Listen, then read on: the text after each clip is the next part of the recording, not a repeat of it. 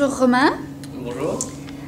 Est-ce que tu peux nous raconter un petit peu ton expérience en Australie? D'accord, pas de problème. Donc tu es arrivé à quel moment sur Melbourne? Alors je suis arrivé il y a à peu près un mois sur Melbourne.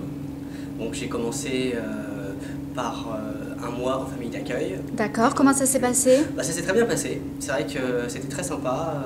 Bon, ça permet un petit peu de discuter avec ses habitants, de prendre ses repères, parce que bon, Melbourne c'est une très grande ville.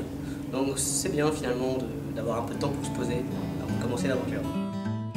Pourquoi tu as choisi Melbourne? Parce que bon, je cherchais une ville où il y avait peut-être un peu moins de monde que Sydney, un petit peu plus humain, un petit peu plus chaleureux. Et c'est vrai que Melbourne c'est très chaleureux, c'est vraiment très sympa. Il y a beaucoup d'espaces verts, il y a beaucoup de sorties, beaucoup d'événements artistiques. Donc vraiment, ça vaut le coup. C'est vraiment une ville sympa à vivre. Très bien. Donc tu étudies à Ambassy. Oui. Tu suis quel programme? Alors j'ai 6 semaines de cours, donc, parce que j'avais pas un très bon niveau en anglais. D'accord. Et c'est vrai que ça m'a permis de bien progresser. Bon, il faut dire que l'accent australien est pas forcément très simple à comprendre. Et donc ça m'a beaucoup aidé. D'accord. Donc tu suis des cours d'anglais général? Oui, tout à fait. Ouais, voilà, pour m'en mettre un peu à niveau. D'accord.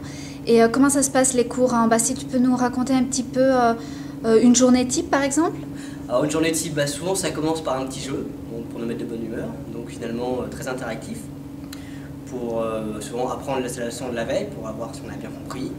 Puis après, bon, souvent il y a une leçon, et après il y a plein finalement de petits jeux, pas mal d'oral, donc finalement ça permet d'avancer à son rythme. Et donc c'est vraiment bien fait. Il y a plein de petites classes différentes pour que chacun soit à son rythme, soit pas dépassé ou s'ennuie pas trop.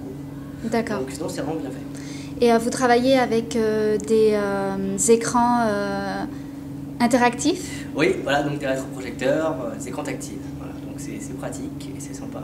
C'est tout nouveau et Ouais, c'est très technologique. Oui, non, c'est vraiment futuriste. Hein. J'ai jamais vu ça en France. Et c'est vrai que c'est un petit plus. C'est vrai que c'est intéressant.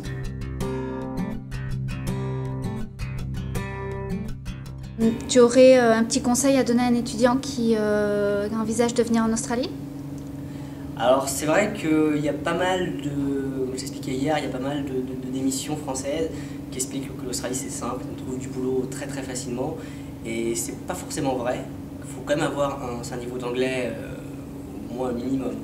Et bon, c'est quand même pas aussi simple qu'on peut le raconter.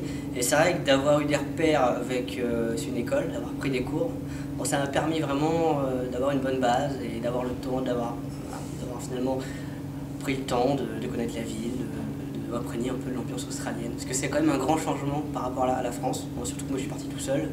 Et non, vraiment, je n'ai pas de regrets, je suis content d'être passé par ça. Voilà. Très bien, écoute, merci pour tes conseils.